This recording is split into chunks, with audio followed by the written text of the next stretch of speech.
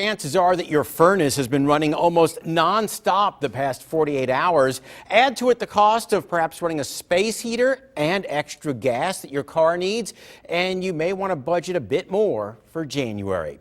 I mentioned cars because your car's gas mileage, believe it or not, drops as the temperature drops. Edmunds.com says freezing temperatures reduce gas mileage about 10% because engines have to idle faster and they need more fuel. In addition, seat heaters and defrosters reduce your mileage as well. Now, as for your home, the Wall Street Journal says natural gas prices are up 15% in the past month, though don't panic if you're locked into a rate your gas prices won't go up. However, it says heating bills could be 20% higher than last January due to this extreme cold. The Department of Energy, meantime, says a space heater, if you're running one, costs between $2 and $4 to run per day, depending on how many hours you use it and what setting it's on.